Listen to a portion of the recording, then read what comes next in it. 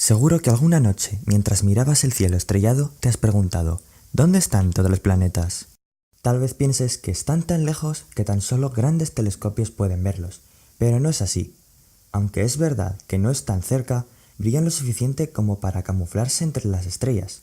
Los has visto, pero sin darte cuenta.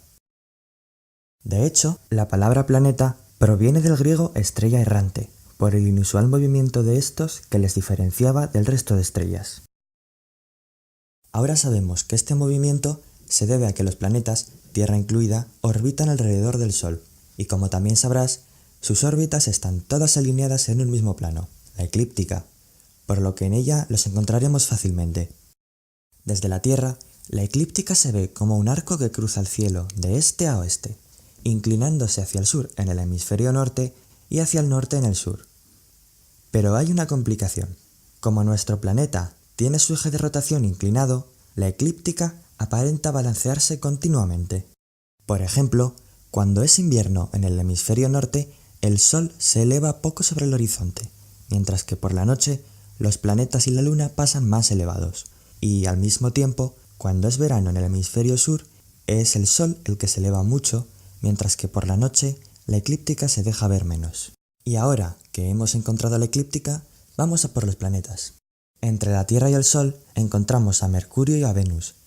Su posición intermedia hace que desde la Tierra siempre se encuentren próximos al Sol, lo cual es un problema. Tan solo podremos verlos tras el anochecer o justo antes del amanecer, cuando el Sol no nos molesta. Venus es muy fácil de encontrar, pues su órbita se aleja del Sol mucho más que la de Mercurio. Además, su gran tamaño y proximidad a la Tierra le hacen brillar más que cualquier otra estrella.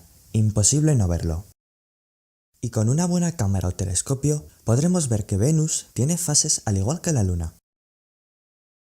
Marte es nuestro planeta vecino.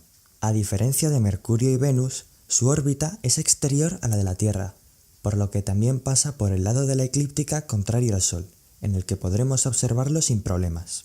Cada 2 años, durante su oposición al Sol, Marte pasa muy cerca de la Tierra. Este es el mejor momento para ver su color rojizo a simple vista y, con un buen telescopio, cuando mejor se aprecia su superficie. Tras el cinturón de asteroides encontramos a Júpiter, el más próximo de los gigantes gaseosos. Aunque se encuentra mucho más lejos que Marte, su gran tamaño nos permite verlo con mucho detalle. No por nada, es el planeta más grande de todo el sistema solar. Pero lo mejor de todo es que Júpiter no viene solo. Sus 4 lunas más grandes, Io, Europa, Ganímedes y Calisto, se pueden ver incluso con prismáticos y telescopios pequeños. De hecho, fue Galileo Galilei quien hace 400 años las observó por primera vez.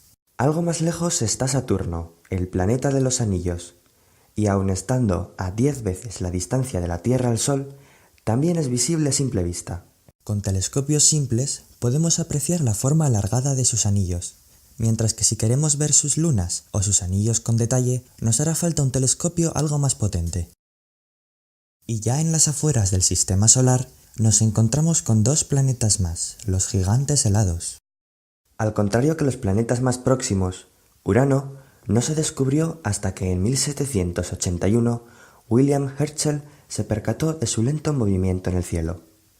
Aunque hace falta un telescopio para verlo, resulta asombroso que este pequeño punto azulado sea todo un mundo a 20 veces la distancia al Sol.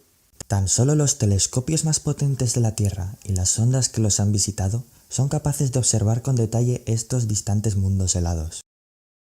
Bueno, si te has quedado con ganas de encontrar algún planeta por tu cuenta, puedes usar aplicaciones para móvil como DAF Luna, que te permiten ver rápidamente su posición en el cielo.